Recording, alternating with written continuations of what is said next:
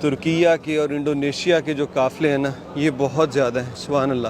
تو ابھی یہ مقام احد پہ ہم اس جگہ جا رہے ہیں جس کے بغیر یہ زیارت پوری ہی نہیں ہوتی، کیونکہ یہ صرف ہمارا نہیں بلکہ ہمارے آقا علیہ الصلوۃ والسلام کا بھی یہی معمول تھا کہ آپ علیہ الصلوۃ والسلام بھی یہاں آیا کرتے تھے زیارت کے لیے، دعا کے لیے، اور ان صحابہ کرام کے لیے دعا کرتے جنہوں نے اپنی زندگیاں اللہ کے دین کے لیے نشاور کی۔ تو یہ ہے مقبرہ شہدائے احد، اور یہاں پہ تمام جو کبائر صحابہ ہیں ان کی قبریں موجود ہیں، اور نبی علیہ الصلوۃ والسلام یہاں پہ اکثر آیا کرتے اور ان کے لیے دعا کرتے اور فرماتے اے اللہ تیرے یہ لوگ تیرے دین کے لیے جان دی، اے اللہ تو ان سے راضی ہو جا۔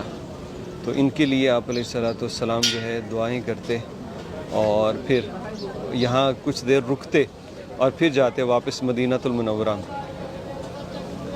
تو ہم بھی ان کے لیے بس ابھی یہاں پہ سلام اور دعا کریں گے اور اس کے بعد جو ہے اگلی زیارت کی طرف جائیں گے۔ یہ زیارتیں میں کر رہا ہوں احسان اللہ کے ساتھ۔ احسان اللہ جو ہے میرا پڑوسی ہے پاکستان میں، یہ ساہیوال سے ہیں اور میں اکاڑا سے ہوں۔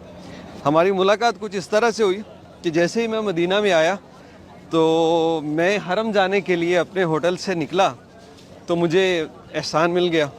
احسان نے پہچانا، کہنے لگے آئیے، اور تب سے بس ہمارا تعلق بنا۔ جب بھی میں نے حرم جانا واپس آنا تو احسان سے ہی رابطہ ہوتا تھا الحمدللہ۔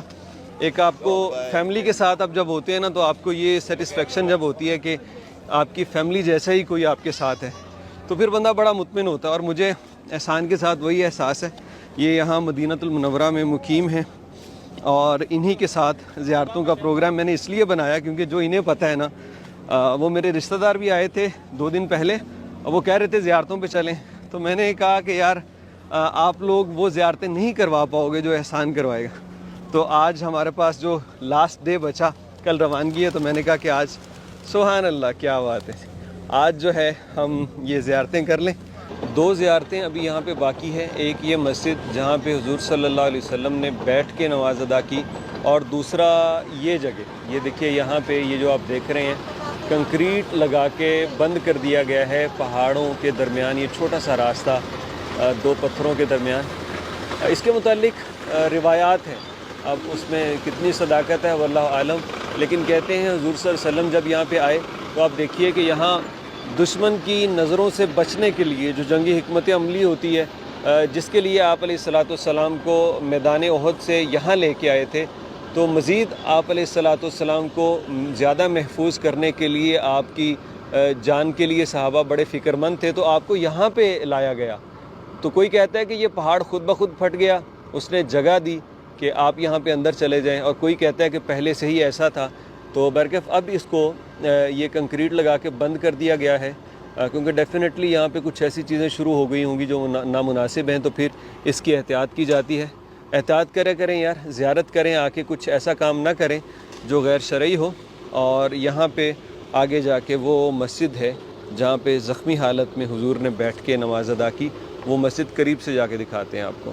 یہ وہی غار ہے جس کی پہلے ہم نے آپ کو زیارت کروائی، ایک چھوٹی سی غار تھی جہاں پہ نبی صلی اللہ علیہ وسلم کو فرسٹ ایڈ دی گئی، اور اس کے بالکل ساتھ یہاں پہ مسجد ہے جس کو مسجد الفصح کہا جاتا ہے، اور یہ وہ جگہ ہے جہاں پہ حضور علیہ الصلوۃ والسلام نے ظہر کی نماز ادا کی۔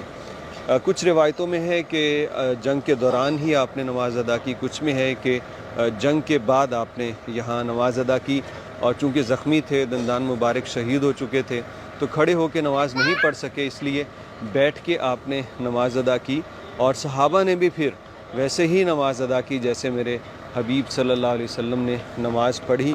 اور اس کے بعد عمر بن عبدالعزیز کے دور میں اس مسجد کو ایک یادگار یہاں پہ بنائی گئی۔ پہلے تو کھلی جگہ تھی جب حضور نے یہاں پہ نماز پڑھی، عمر بن عبدالعزیز کے دور میں یہاں پہ مسجد بنا دی گئی، اور ابھی اس کا یہ اتنا حصہ تقریباً باقی ہے۔ اس کی حالت پہلے بہت خراب تھی، پھر کنگ سلمان بن عبدالعزیز پروجیکٹ کے تحت اس کو ریسٹور کر کے اتنا محفوظ کر دیا گیا۔ پہلے تو ان پہاڑوں کے درمیان یہ پتہ ہی نہیں چلتا تھا کہ یہ مسجد کا حصہ ہے، لیکن اب اس کو اتنا جدا کر کے یہ اچھا کام کیا، اوپر تھوڑی سی چھاؤں بھی کر دی، لوگ آتے ہیں نماز پڑھتے ہیں الحمدللہ۔ اور یہاں پہ وہ سامنے وہ غار شکل مہراس یا کچھ اس طرح کا نام ہے اس کا، وہ غار جہاں پہ حضور صلی اللہ علیہ وسلم نے بعد میں پھر پناہ لی تھی۔ یہ وہ غار جہاں پہ حضور صلی اللہ علیہ وسلم نے پناہ لی تھی، تو اس کے متعلق سن رکھا تھا کہ یہاں پہ خوشبو آتی ہے، تو میں نے کہا شاید لوگ بات کرتے ہیں، لیکن جب ہم صبح یہاں پہ آئے تو واقعی اس کے اندر خوشبو آ رہی تھی۔ ابھی تو رش کافی ہو چکا ہے، میرا دل ہے کہ میں ایک دفعہ پھر اندر جاؤں، اب دیکھتے ہیں اگر موقع مل پایا تو پھر جاؤں گا۔ تو یہاں پہ آپ جب بھی آئیں تو واقعی آپ خوشبو محسوس کریں گے، اور کہنے والے تو یہ بھی کہتے ہیں جب آپ پاکستان جاتے ہیں نا تو پھر بھی آپ جب سوچتے ہیں تو وہ آپ کو خوشبو اسی وقت یاد آنے لگتی ہے۔ سبحان اللہ۔ یہ ہے وہ زیارت جس کے متعلق ہم تمام مسلمانوں نے زندگی میں ایک بار تو ضرور سن رکھا ہوگا۔ یہ باغ عثمان، جس کے اندر بیر عثمان بھی ہے، جناب عثمان غنی رضی اللہ تعالیٰ عنہ کی سخاوت کے قصے تو ہم نے بچپن سے ہی پڑھ رکھے ہیں۔ تو یہ پورا باغ ہے جس کی ابھی بحالی کے لیے کام چل رہا ہے، اور بہت عرصہ تک میں اس کے متعلق جو آرٹیکل پڑھتا رہتا تھا تو اس میں لکھنے والے اس بات کا تقاضا کرتے تھے کہ اس کو بحال کیا جائے، اس کو ذرا دیکھ بھال کی ضرورت ہے۔ اللہ جزائے خیر دے محمد بن سلمان کو، جو تمام قدیم اسلامی آثار ہیں ان کو محفوظ بنانے پہ کام کر رہے ہیں۔ تو یہ بیر عثمان یہاں پہ یہ آپ کو نظر آتا ہے جناب، یہ ہم اندر نہیں جا سکتے، یہیں پہ کھڑے ہو کے ویڈیو بناتے ہیں۔ اس کے متعلق مختلف طرح کی روایات ہیں۔ ایک تو یہ بھی ہے کہ یہودی سے لے کے جناب عثمان غنی نے دیا اور پھر وقف کر دیا، لیکن ایک جو پختہ روایت ہے وہ یہ بھی ہے کہ روما الغفاری تھے، ان کے پاس یہ تھا، تو حضور صلی اللہ علیہ وسلم نے ان سے کہا کہ اے روما تم یہ مسلمانوں کے لیے وقف کر دو، تو انہوں نے کہا کہ جناب میرے پاس یہ ایک ہی کنواں ہے اور میرا گزر بسر یہی ہے، میں ایسا نہیں کر سکتا۔ تو آپ نے کہا تھا ان کو ساتھ میں بشارت دی تھی کہ جنت میں ایک چشمہ ملے گا، تو وہ چونکہ ان کے پاس ایک ہی تھا انہوں نے یہ نہیں وقف کیا۔ تو جناب عثمان غنی نے بھی یہ بات سن لی، تو اس کے بعد انہوں نے 35,000 درہم میں خریدا اور حضور کے پاس چلے گئے کہ حضور کیا وہ بشارت میرے لیے بھی ہے جنت میں چشمے والی؟ تو آپ صلی اللہ علیہ وسلم نے کہا ہاں آپ کے لیے بھی ہے۔ تو کہا کہ پھر میں آج سے یہ کنواں مسلمانوں کے لیے وقف کرتا ہوں۔ وہ ایسا دور تھا کہ میٹھا پانی بہت نایاب چیز تھی اور اس کنویں کا پانی فروخت ہوتا تھا، تو مسلمانوں کے لیے تو بہت بڑی بات تھی۔ تو تب سے لے کے آج تک یہ وقف ہے، اور آج تو ماشاءاللہ سے یہاں مدینہ منورہ میں اور بھی کئی چیزیں ہیں جو جناب عثمان بن عفان رضی اللہ تعالیٰ عنہ کے نام سے مدینہ والوں نے منسوب کر رکھی ہیں۔ ایک ہوٹل ہے، ایک بینک اکاؤنٹ ان کے نام کا چل رہا ہے، اور خیر اور بھلائی کا جو کام جناب عثمان نے شروع کیا تھا الحمدللہ آج تک وہ چل رہا ہے، اور اس کے ثمرات لوگوں کو پہنچ رہے ہیں۔ ایک مقیم دوست آئے تھے اور بتا رہے تھے کہ شام 4 بجے کے قریب تقریباً عصر کے وقت یہاں پہ جو چوکیدار ہے وہ اس کو کھول دیتے ہیں لوگوں کو اندر وزٹ کروانے کے لیے۔ ویسے تو یہ بند ہے کیونکہ کام چل رہا ہے، تو ہم عصر کے وقت اگر قریب ہوئے، ہم نے قرآن فیکٹری بھی جانا ہے، قریب ہوئے تو اندر جانے کی ایک دفعہ کوشش کریں گے، اگر منظوری ہوئی تو اندر سے جا کے بھی دیکھیں گے اور آپ کو بھی دکھائیں گے۔ یہ مدینہ منورہ کی زیارتوں میں شامل تو نہیں ہے، لیکن ایک بڑا نام ہے جامع اسلامیہ مدینہ منورہ کی یونیورسٹی، اور تمام دین پڑھنے والے اور مساجد سے، اوقاف سے اور دینی معاملات سے جڑے ہوئے لوگ یہاں ضرور پڑھیں۔ پاکستان کے بھی ہزاروں طلباء یہاں اس یونیورسٹی سے مستفید ہوئے۔ ایک بڑا نام ہے جی اسلامک ملکوں کی یونیورسٹیز میں مدینہ کی اسلامی یونیورسٹی، ماشاءاللہ۔ ہم نے سوچا کہ آپ کو یہ بھی ذرا اس کی بھی زیارت کروا دیں کہ ایک مادر علمی ہے بہت سے طلباء اور کبائر شیوخ کی جو یہیں سے پڑھ کے گئے ہیں، ماشاءاللہ۔ اگلی زیارت ایک مسجد کی ہے، اور اس مسجد کے متعلق بھی قرآن کریم میں ذکر ہے، اور وہ انڈائریکٹلی ہے کہ مسلمانوں کو جب حکم ہوا تھا، نبی صلی اللہ علیہ وسلم نماز پڑھا رہے تھے اور نماز کے دوران جب قبلہ تبدیل کر لیا گیا تھا بیت المقدس سے خانہ کعبہ کی طرف، تو وہ اسی مسجد میں جسے مسجد قبلتین بولا جاتا ہے، اس کے اندر آپ کو یہ 2 گنبد نظر آ رہے ہیں۔ اندر چل کے دکھاتے ہیں، اور اس کی تاریخ کے متعلق تو آپ لوگ ماشاءاللہ سے جانتے ہی ہیں، تو اندر چل کے زیارت کرواتے ہیں جی۔ مسجد قبلتین میں ہیں ہم اس وقت۔ مسجد میں اندر آ کے آپ کو ترتیب سمجھ آتی ہے۔ یہ تو قبلہ کی طرف سارے مسلمان ابھی نماز پڑھ رہے ہیں، نظر آ رہا ہے، سارے دیکھے پڑھ رہے ہیں، لیکن پہلے ایسا نہیں تھا۔ یہ دیکھیے یہاں سے آپ کو یہ اوپر 2 گنبد ہیں، یہ پیچھے والا، اور یہ اوپر اگر آپ دیکھیں تو یہاں پتہ چلتا ہے کہ پہلے جو تھا رخ اس طرف، قبلہ اول جو تھا وہ اس جانب، یعنی مسلمان ایسے نماز پڑھتے تھے. یہ دیکھیں بچوں کو بھی بتا رہے ہیں، تو ٹوٹلی اپوزٹ ڈائریکشن تھی. اب یہ قبلہ کی طرف ہے، تو دوسری طرف قبلہ اول تھا. الحمدللہ رب العالمین. اس خاص جگہ کی بھی زیارت ہم لوگوں نے کر لی، مسجد قبلتین، اور ابھی اس کی بڑی توسیع ہوئی ہے، بڑی خوبصورت قسم کی بنا رہے ہیں، تو باہر چل کے آپ کو وہ بھی دکھاتے ہیں. مسجد قبلتین منصوبے کو بڑے انوکھے انداز سے انہوں نے ڈیزائن کیا ہے. یہ دیکھیے اوپر انہوں نے یہ صحن بنایا مسجد کے ساتھ، چھتریاں چھوٹی چھوٹی لگائی گئی ہیں مسجد النبی کی طرز پہ، تھوڑی مختلف ہیں. لیکن یہ جو جگہ آپ دیکھ رہے ہیں نا، اس کے نیچے مین روڈ ہے، بڑا روڈ ہے، اور اس کو ایک انڈر پاس کی شکل دے دی ہے، اور اس کے اوپر یہ خوبصورت سی ایک کیا زبردست جگہ بنائی ہے یار.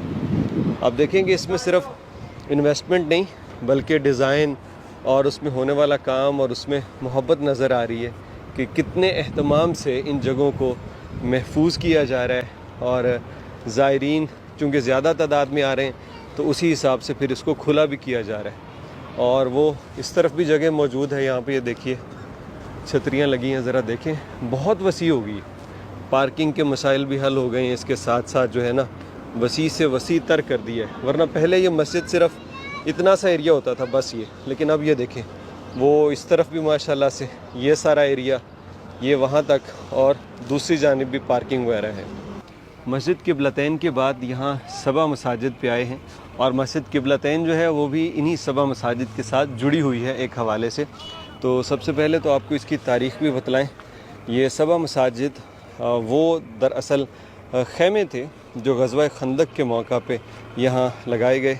یہ ایک بڑی مسجد اب بنا دی گئی ہے، لیکن یہ وہ جگہ ہے جہاں پہ نبی صلی اللہ علیہ وسلم کا خیمہ لگا تھا، اور وہاں سلمان فارسی رضی اللہ تعالیٰ عنہ کا خیمہ وہ اوپر اس طرف، یہاں پہاڑ کی دوسری طرف جناب علی المرتضیٰ رضی اللہ تعالیٰ عنہ کا خیمہ تھا.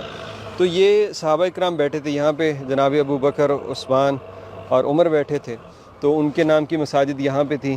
تو ان مساجد کو گرا کے پھر ایک بڑی مسجد بنا دی گئی، جامع الخندق اسے بولتے ہیں. تو مدینہ منورہ کو ہر طرف سے خندق سے انہوں نے محفوظ کر لیا تھا. جناب سلمان فارسی جن کی نام کی یہ مسجد ہے، ان کا مشورہ تھا کہ مدینہ کے ارد گرد خندق کھود دی جائے. تو بہت بڑی خندق کھودی گئی مدینہ کے اطراف میں، اور جہاں پہ ایسے پہاڑ تھے جیسے یہ نظر آ رہے ہیں، یہاں پہ اب خندق نہیں بن سکتی، تو ان جگہوں کے اوپر پھر خیمے لگا کے خود وہاں پہ چوکیداری کی گئی. وہاں پہ دفاعی مورچے بنائے گئے، اور ان مورچوں میں سے نبی صلی اللہ علیہ وسلم کا مورچہ یہاں تھا جو سب سے مین پوائنٹ تھا. آگے اگلی صفوں میں اگلی طرف سے دشمن کا مقابلہ کرنے کے لیے حضور یہاں بیٹھے. اور پھر ان تمام مساجد کو، یہ 6 مساجد بتایا جاتا ہے یہاں پہ ہیں، لیکن مسجد قبلتین کو بھی اس کے اندر شامل کر دیا جاتا ہے، تو یہ 7 مساجد بن جاتی ہیں، 7 مساجد. تو یہاں پہ غزوہ خندق کے موقع پہ حضور صلی اللہ علیہ وسلم اور آپ کے صحابہ نے دفاع کا کام کیا، اور قریش کو اور کفار کو جو ہے وہ مدینہ میں داخل ہونے سے روکا. کہتے ہیں ایک آدمی جس کا نام عمر العامری تھا، غالباً نام بولا جاتا ہے، جو خندق کو کراس کر کے اس طرف چلا گیا تھا، اور پھر جناب علی المرتضیٰ نے اس کو قتل کیا. اور یہ اسی جگہ پہ مسجد بتائی جاتی ہے جہاں جہاں صحابہ بیٹھے، حضور بیٹھے. تو پھر بعد میں عمر بن عبدالعزیز کے دور میں ان کے نام کی مساجد تعمیر کرا دی گئیں، اور یہ جگہ مسلمانوں کے لیے، مدینہ کے زائرین کے لیے ایک خاص اہمیت رکھتی ہے. جو بھی یہاں زیارت کرنے آتا ہے تو اس جگہ پہ وہ لازمی حاضری دیتا ہے. یہاں بھی ہر طرف بڑے پیمانے پہ کام چل رہا ہے، اور پہلے جب ہم آئے تھے تو پہاڑ ہی تھا، پہاڑ سے چڑھ کے آنا پڑتا تھا، کوئی اچھا راستہ نہیں تھا. اب تو باقاعدہ راستے بن گئے ہیں، اور یہ اس میں دن رات مصروف ہیں. اس کو بنائیں گے اچھے طریقے سے، خوبصورت طریقے سے، تاکہ زائرین جو ہیں یہاں پہ آئیں تو ان کی سہولیات بھی ان کے لیے ہوں، اور جگہ جو ہے زیادہ خوبصورت لگے. ورنہ پہلے تو یہ ایسے تھے، یہ پہاڑ آپ دیکھ رہے ہیں نا، تو ان پہاڑوں کی طرح ہی تھا یہاں پہ. لیکن اب اگر آپ دیکھیں، میں نے پہلے یہاں پہ کھڑے ہو کے ویڈیو بنائی، یہاں پہ اب باقاعدہ سٹیپس بنے ہوئے، اور بہت آسانی کے ساتھ یہ ویل چیئر والوں کے لیے بھی خاص انتظام کیا گیا ہے. اور یہ چلتے چلتے نیچے، جب یہ بن جائے گا نا انشاءاللہ کوئی 1-2 سال کے اندر، تو یہ بھی مسجد قبلتین کی طرح بڑا خوبصورت منصوبہ ہو جائے گا انشاءاللہ۔ مدینہ منورہ کی زیارتوں میں اب ہم آئے ہیں یہاں مسجد جمعہ۔ مسجد جمعہ جیسا کہ نام سے ہی ظاہر ہے کہ یوم الجمعہ سے اس کو کوئی خاص نسبت حاصل ہے، اور نبی کریم صلی اللہ علیہ وسلم سے بھی یہ اسلام کی وہ پہلی مسجد ہے جہاں پہ نبی صلی اللہ علیہ وسلم نے خود نماز جمعہ جماعت کے ساتھ ادا کی۔ پہلا جمعہ یہاں نہیں پڑھا گیا، بلکہ پہلا جمعہ تو صحابہ کرام پڑھ چکے تھے پہلے۔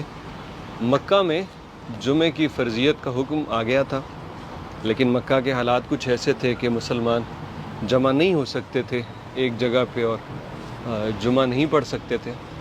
تو حضور کے حکم پہ صحابہ کرام یہاں نماز جمعہ ادا کر چکے تھے پہلے۔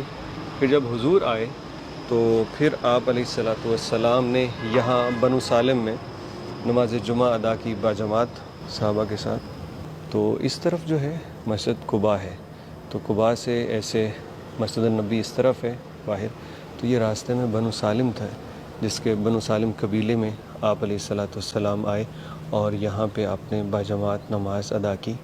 اور پھر بعد میں عمر بن عبدالعزیز رضی اللہ تعالیٰ عنہ، انہی کے دور میں یہ یہاں پہ مسجد بنا دی گئی۔ مدینہ منورہ کی جتنی بھی زیارتیں ہیں وہ عمر بن عبدالعزیز کے دور میں ہی بنائی گئی ہیں، اور پھر بعد میں ابھی ملک فہد کے دور میں ان کو اثر نو تعمیر کیا گیا، اور ابھی محمد بن سلمان کے دور میں بھی ان تمام زیارتوں کو دوبارہ سے رینوویٹ کیا جا رہا ہے۔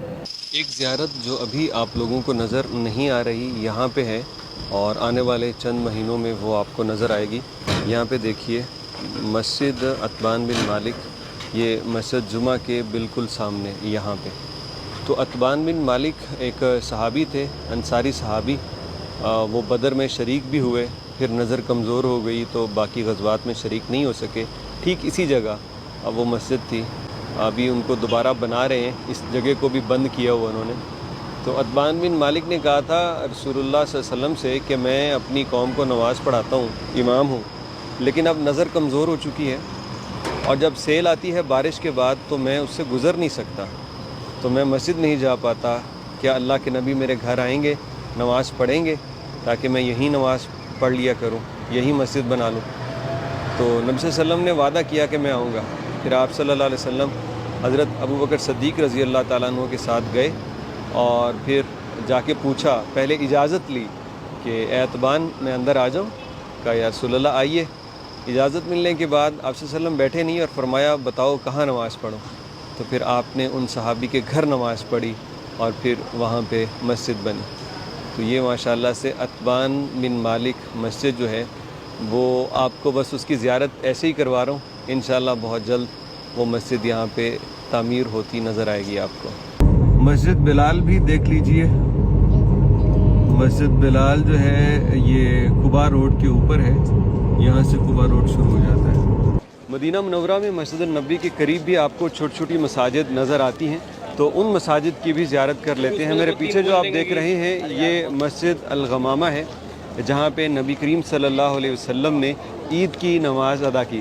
اس مسجد کی بھی زیارت کرتے ہیں اور اس کے متعلق آپ کو بتلاتے ہیں۔ مسجد کی طرز تعمیر بڑی منفرد ہے، اور تقریباً 10 گنبد تو میں اس کے دیکھ چکا ہوں، شاید اس سے بھی زیادہ اس کے گنبد اوپر ہوں جو نظر نہیں آ رہے یہاں نیچے سے، لیکن یہ یہاں موجود مساجد میں سب سے بڑی مسجد یہی ہے۔ اور مسجد الغمامہ یہاں اس کے داخلی دروازے پہ لکھا ہوا ہے۔ نبی کریم صلی اللہ علیہ وسلم نے یہاں عید کی نماز ادا کی، اور اس دن کہتے ہیں کہ یہاں پہ بادل بہت زیادہ تھے، آسمان جو تھا وہ بادلوں سے بھر گیا، اس لیے اس مسجد کو مسجد الغمامہ کہا جانے لگا۔ اس مسجد کی زیارت اندر سے بھی کرتے ہیں، ماشاءاللہ تبارک اللہ۔ اندر سے اس کے بلاک اتنے بڑے ہیں، یوں لگتا ہے کہ جیسے کسی قلعے کے اندر آپ آ گئے، ماشاءاللہ۔ یہ حصہ خواتین کے لیے ہے، اور یہاں پہ مرد جو ہیں وہ نماز ادا کر رہے ہیں، سبحان اللہ۔ یہ مسجد الغمامہ، حضور علیہ الصلوۃ والسلام نے یہاں پہ عید کی نماز ادا کی، اور جناب عمر بن عبدالعزیز کے دور میں اس مسجد کو تعمیر کیا گیا، اور بعد میں جتنی مرتبہ بھی یہ مسجد بنی تو انہی کی طرز تعمیر اور بنیاد کو دیکھتے ہوئے اس کو بنایا گیا۔ بھائی احسان اللہ بہت دیر سے مدینہ منورہ میں مقیم ہیں، تو یہ بڑی پتے کی باتیں بتا رہے ہیں، کہنے لگے یہ میں آپ کو ایک پوائنٹ پہ لے کے چلتا ہوں۔ یہاں پہ دیکھیں مسجد الغمامہ کے محراب والی سائڈ پہ مغربی سمت میں ہے، اور اس جگہ پہ کھڑے ہو کے آپ کو کتنی مساجد کی زیارت ہوتی ہے۔ یہ مسجد الغمامہ ہے، اور اگر آپ وہاں دیکھیں تو سبز گنبد آپ کو نظر آ رہا ہے، مسجد النبی شریف نظر آ رہی ہے، اور اگر یہاں پہ آپ اس طرح گھومیں اور آپ کو وہ سامنے مسجد بلال رضی اللہ تعالیٰ عنہ نظر آ رہی ہے۔ مسجد بلال سے اگر میں واپس آپ کو دکھاؤں، یہاں پہ مسجد النبی، مسجد الغمامہ، اور یہ غمامہ کے بالکل ساتھ مسجد ابی بکر صدیق رضی اللہ تعالیٰ عنہ، اور یہاں پہ وہ پیچھے وائٹ کلر میں سفید رنگ کی مسجد علی المرتضیٰ رضی اللہ تعالیٰ عنہ۔ تو اس پوائنٹ پہ یہ محراب کے بالکل پیچھے آ کے آپ کو یہ ساری مساجد 1 2 3 4 5 مساجد آپ کو یہاں پہ نظر آتی ہیں، اور میں آپ کو ان 2 زیارتوں پہ بھی لے کے چلتا ہوں، مسجد ابی بکر اور مسجد علی المرتضیٰ۔ یہ مسجد ابی بکر صدیق رضی اللہ تعالیٰ عنہ ہے، یہاں پہ معلومات بھی لکھی گئی ہیں، اور اس مسجد کے متعلق بھی یہی بتایا جاتا ہے کہ جناب ابو بکر صدیق رضی اللہ تعالیٰ عنہ نماز عید یہاں ادا کیا کرتے تھے، اسی لیے اس مسجد کو مسجد ابو بکر صدیق کا نام دیا گیا، اور اس کا ایک ہی اوپر گنبد ہے، لیکن یہ گنبد کافی بڑا ہے، اور مسجد کی طرز تعمیر جو ہے وہ ماشاءاللہ سے بہت ہی خوبصورت بنایا گیا ہے، اور اوپر سے جو اس کا مینار ہے اس کو ترکی سٹائل میں، جیسے ترکی کے اندر مساجد کا اس طرح سے ہوتا ہے مینار۔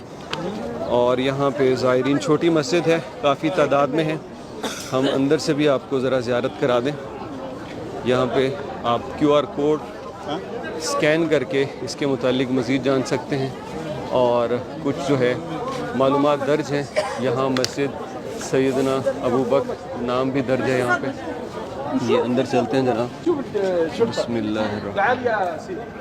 یہ ماشاءاللہ تبارک اللہ، ماشاءاللہ تبارک اللہ، کیا خوبصورت بنایا ہے، ماشاءاللہ تبارک اللہ، بہت ہی خوبصورت ماشاءاللہ۔ یہ جو طرز تعمیر ہے نا، یہ بہت پرانی بنی ہوئی ہے، اس کو محفوظ کیا گیا ہے۔ یہ دیکھیے، یہ کافی پرانی بنی ہے، اور اس کو انہوں نے اسی طرح سے پرزرو کر لیا ہے۔ بیچ میں یہ جو کام ہے کچھ یہ نیا نظر آتا ہے۔ یہ مسجد ابی بکر صدیق رضی اللہ تعالیٰ، سبحان اللہ۔ تو یہ بھی بعد میں حضور علیہ الصلوۃ والسلام کی عید نماز کی جگہ بن گئی۔ یہ سامنے آپ کو مینار نظر آ رہا ہے مسجد ابو بکر صدیق کا، اور اس کے ساتھ یہ سعودی پوسٹ کی بلڈنگ ہے، اور اس کے بالکل یہاں سامنے آپ کو مسجد عمر بن خطاب رضی اللہ تعالیٰ عنہ بھی مل جاتی ہے۔ یہ مسجد ابھی بحالی کا کام چل رہا ہے، اسی لیے بند ہے، اور اس مسجد کے متعلق بھی کہا جاتا ہے کہ یہاں بھی حضور علیہ الصلوۃ والسلام عید کی نماز ادا کیا کرتے، اور آپ کے بعد خلیفہ دوم عمر بن خطاب رضی اللہ تعالیٰ عنہ کا معمول بھی یہی تھا کہ وہ یہاں عید کی نماز ادا کرتے، اور پھر اسی سلسلے میں اس مسجد کو ان کے نام سے منسوب کر دیا گیا۔ غمامہ سے بھی آپ آ سکتے ہیں، مسجد غمامہ سے، یہاں بالکل یہ مغربی سمت ہے اس کے محراب سے، اور آپ یہاں ہو کے یہ سامنے مسجد عمر بن خطاب دیکھ سکتے ہیں۔ یہ میں اس لیے بتا رہا ہوں کیونکہ یہ اس بلڈنگ کے پیچھے چھپی ہوئی ہے، تو آپ کو وہاں پہ ملے گی نہیں، تو آپ کو سائڈ سے ہو کے جانا پڑے گا۔ ابھی ہماری ایک زیارت رہتی ہے، تو وہاں اس طرف چلتے ہیں۔ یہ حرم شریف کے 310 نمبر گیٹ سے آپ کو یہ ساری مساجد مل جاتی ہیں یہاں۔ مسجد النبی کے قرب و جوار میں موجود ان تمام مساجد میں سے سب سے بڑی مسجد سیدنا علی المرتضیٰ رضی اللہ تعالیٰ عنہ ہے، اور یہ مسجد وائٹ کلر میں، بیرونی دیواریں اس کی بالکل پلین ہیں۔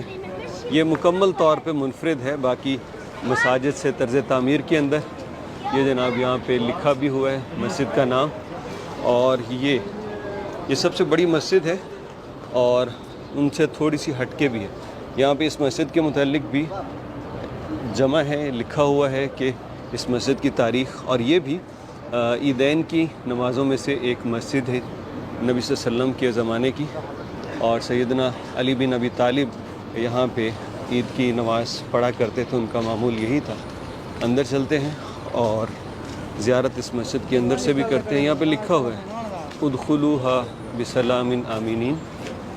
اور اس کے بعد یہ مسجد اللہم افتح لی ابواب رحمتک. ماشاء اللہ تبارک اللہ. اس مسجد کے اندر جدید طرز تعمیر ہے. یہ دیکھیے ماشاء اللہ، یہ جو ہے منفرد ہے ساری مساجد سے.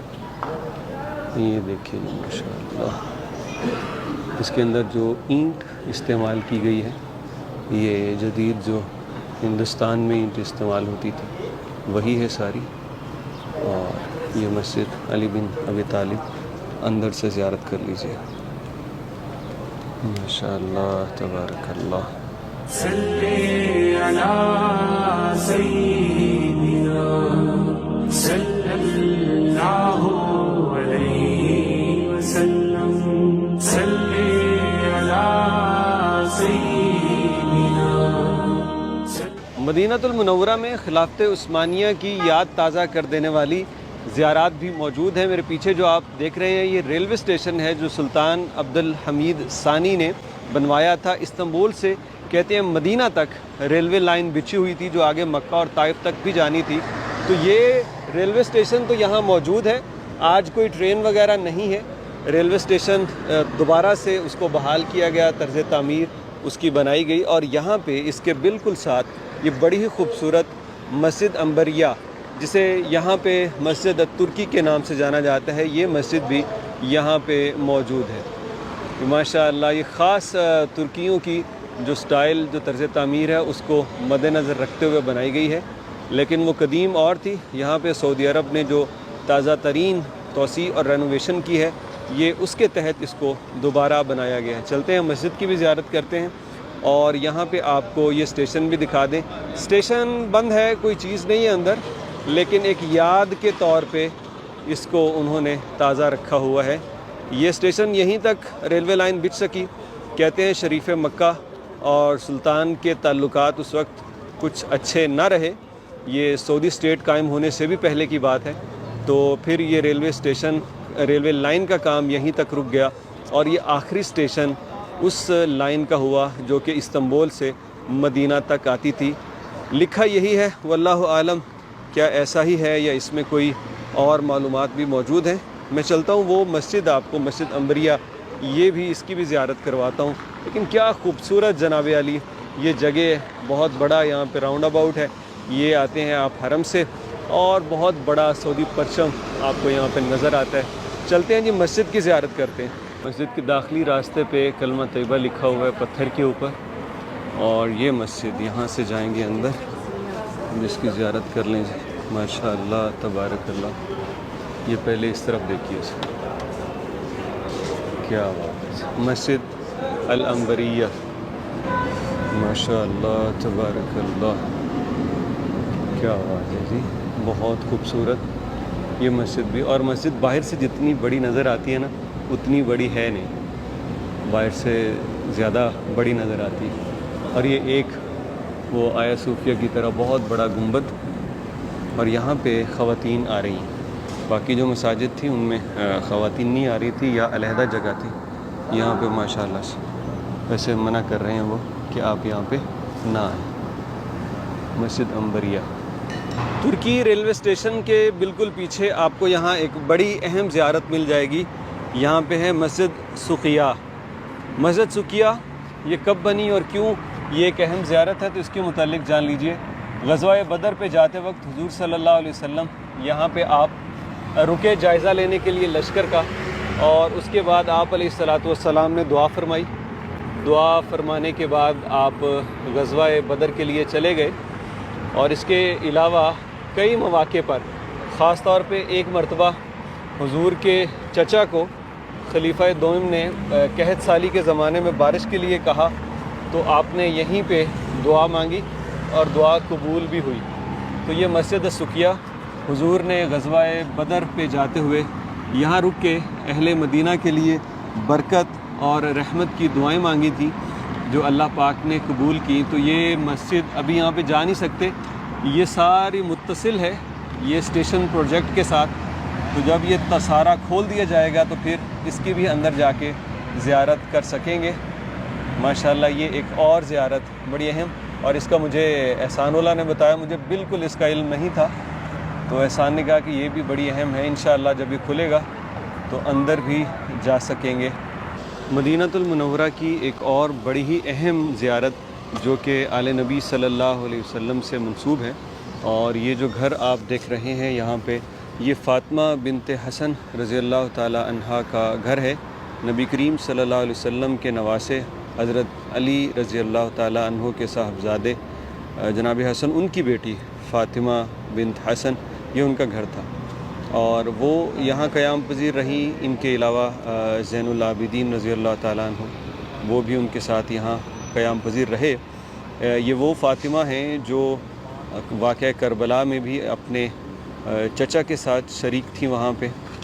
آل نبی کے وہ افراد جو واقعہ کربلا میں شریک تھے، اور اس کنویں کے متعلق کہا جاتا ہے کہ یہ کنواں جب وہ یہاں آئیں تو تعمیر کروایا، ایک پتھر ٹوٹ نہیں رہا تھا، تو بہت کوشش کی گئی، پھر اس پتھر کو خود ہٹانے کے لیے وہ یہاں پہ آئیں، اللہ کا نام لے کے اس کو ہٹایا، اور پھر نیچے سے یہ کنواں کھودا گیا۔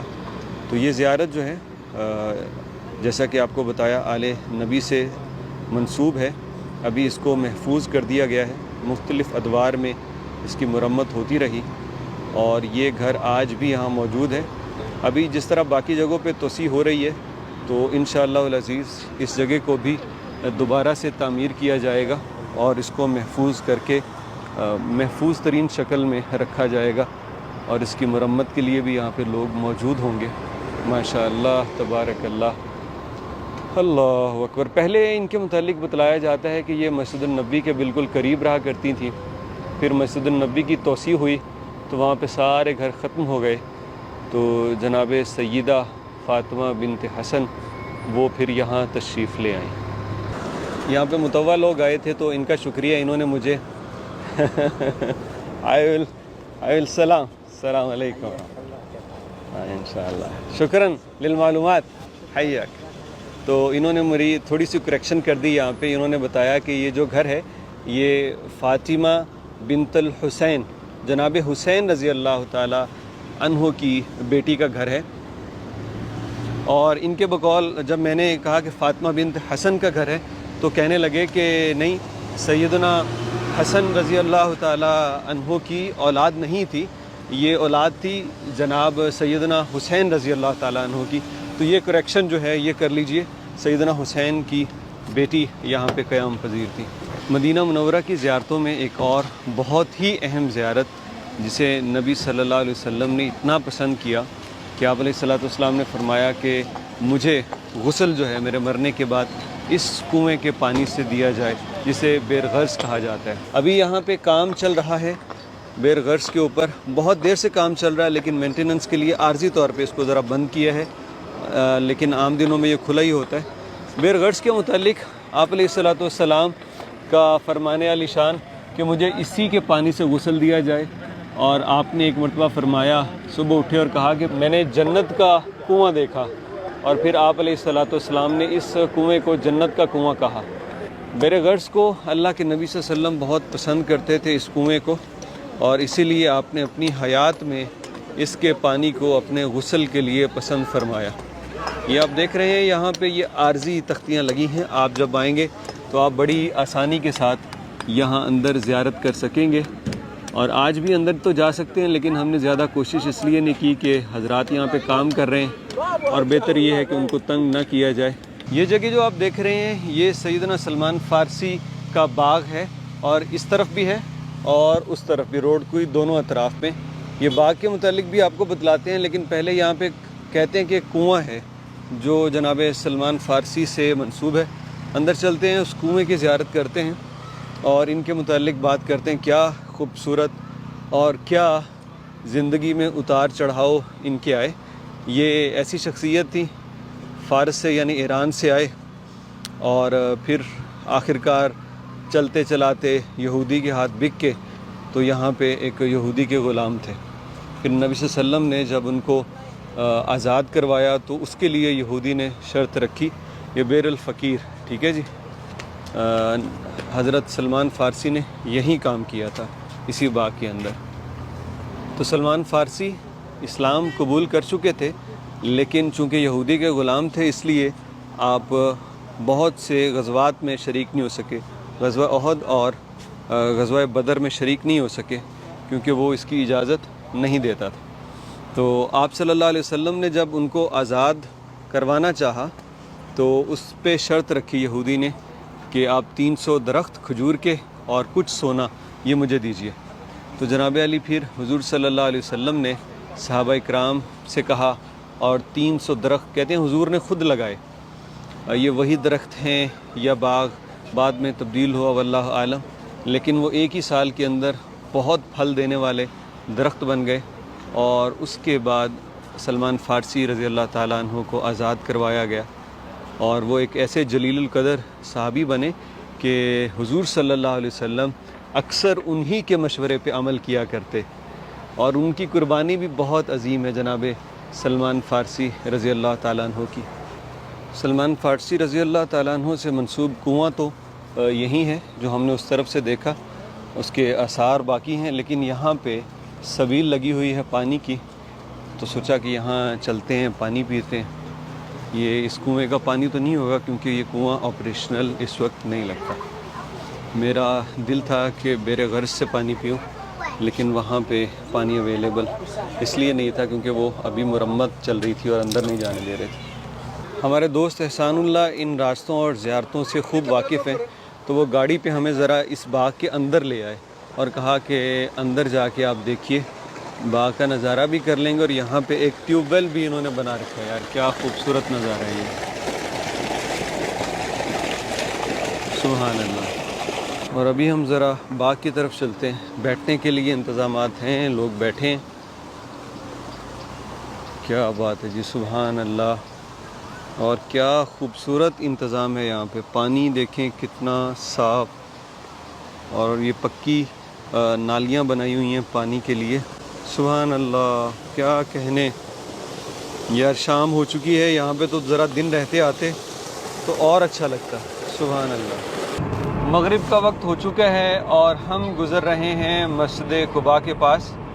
یہ بھی آپ جانتے ہیں ایسی زیارت جو ہر معتمر اور ہر حاجی کرتا ہے. مسجد قباء اسلام کی پہلی مسجد ہے. حضور صلی اللہ علیہ وسلم اسی راستے سے یہاں داخل ہوئے تھے اور آپ علیہ الصلاۃ والسلام نے یہاں قباء میں مسجد تعمیر کی. اس مسجد کو مسجد النبوی کے بعد سب سے زیادہ اہمیت دی جاتی ہے ہر طرح کی توسیع میں اور اس کے انتظام اور ہر طرح کے خیال میں. مسجد النبوی کے بعد سب سے بڑی مسجد مدینہ منورہ میں میرا خیال یہی ہے. لیکن اس طرف سے بھی آپ دیکھ لیجئے. اب یہاں پہ جو چاروں مینار ہیں یہ آپ کو مختلف سمت میں کھڑے نظر آتے ہیں. ماشاء اللہ. یہ وہ مسجد ہے جس کی تعمیر خود حضور صلی اللہ علیہ وسلم نے فرمائی. اس کے گارے میں، اس کے پتھر لگانے میں، اس کی چھت بنانے میں خود حضور نے بڑی محبت سے اس مسجد کو تعمیر کیا. مسجد قباء مدینہ منورہ. ماشاء اللہ. اس کو بھی انہوں نے دیکھیں ماشاء اللہ کتنا بڑا وسیع و عریض کر دیا ہے. یہ حافلات المدینہ اور ہم جا رہے ہیں یہاں سے واپس. اچھا اس طرف انہوں نے اور فوڈ سٹریٹ بنا دی ہے. بہت خوبصورت کر دیا بھائی اس کو بھی. فوڈ سٹریٹ بھی اور اس میں وہ کلچرل ٹچ ہے. ماشاء اللہ. یہ سامنے مسجد قباء ہے اور یہیں پہ ہم اس زیارت پہ اس ولاگ کا اختتام کر رہے ہیں. یہ وہ جگہ ہے جہاں پہ نبی کریم صلی اللہ علیہ وسلم جب تشریف لاتے تو ان کو دیکھنے کے لیے یہاں مدینے کے انصار مہاجرین سارے جمع ہوتے. اور یہ جگہ اونچی ہے ذرا، تو اسی جگہ پہ آ کے تاکہ دور سے نظر آ جائے. پرانے وقت تھے اس میں اونچائی سے ہی آپ کو سارا دور کا نظارہ ملتا تھا. تو یہاں اب ایک خوبصورت سی یاد بنا دی ہے. مسجد بن گئی ہے، مسجد بنی انیف. اور بنی انیف مسجد جہاں پہ نبی صلی اللہ علیہ وسلم کو ویلکم کیا جاتا، آپ علیہ الصلاۃ والسلام کا استقبال ہوتا. ہے وہ میرے ذہن میں آ رہی تھی ایک بات کہ پاؤں اٹھا اٹھا کے دیکھتے ہوں گے نا چھوٹے بچے اور خواتین. کہ ہم ذرا کوشش کریں کہ ہمیں پہلے نظر آ جائیں نبی صلی اللہ علیہ وسلم۔ مدینے والوں نے جو محبت کی حضور سے، پوری دنیا میں ایسی کوئی مثال نہیں ملتی کہ کسی جماعت نے کسی لیڈر سے، کسی پیغمبر سے ایسی محبت کی ہو۔ یہ ہے جی مسجد، اور اس کی چھت نہیں ہے، شاید یہ ڈیزائن ایسا ہے یا ابھی بن رہی ہے، یہ چھت میرا خیال بن رہی ہے۔ ماشاء اللہ تبارک اللہ۔ یہ مسجد ہے، یہ وہ جگہ یہاں پہ کھڑے ہو کے اس راستے کو دیکھا کرتے، یہاں سے حضور تشریف لا رہے ہوتے تو حضور کو دیکھنے کے لیے۔ آپ دیکھیے یہاں پہ رات ہے، شاید واضح نہ ہو سکے، لیکن یہ آگے سارا جو علاقہ ہے وہ نشیب میں ہے، اور سب سے اونچا علاقہ یہاں پہ یہی ہے۔ تو یہاں کھڑے ہو کے جو ہے وہ صحابہ اکرام دیکھا کرتے حضور کی تشریف آوری۔ تو میرے عزیز دوستو، یہ تھا ہمارا آج کا ولاگ، مدینہ المنورہ کی زیارتیں۔ آپ کو کیسا لگا، اور اس ولاگ میں ہم نے کتنی زیارتیں کروائیں آپ بتائیے گا۔ آپ نے بھی کاؤنٹنگ کی ہوگی، کافی صبح سے لے کے ہم ابھی تک جو ہے مغرب ہو چکی ہے، زیارتیں کرتے رہے۔ انشاءاللہ جب اگلی دفعہ مدینہ منورہ میں آئے تو جو زیارتیں رہ گئی ہیں وہ انشاءاللہ شامل کریں گے۔ آپ سب کی محبت اور پیار کا بہت شکریہ، اور اللہ آپ سب کو یہاں پہ لے کے آئے اور یہ زیارتیں کروائے۔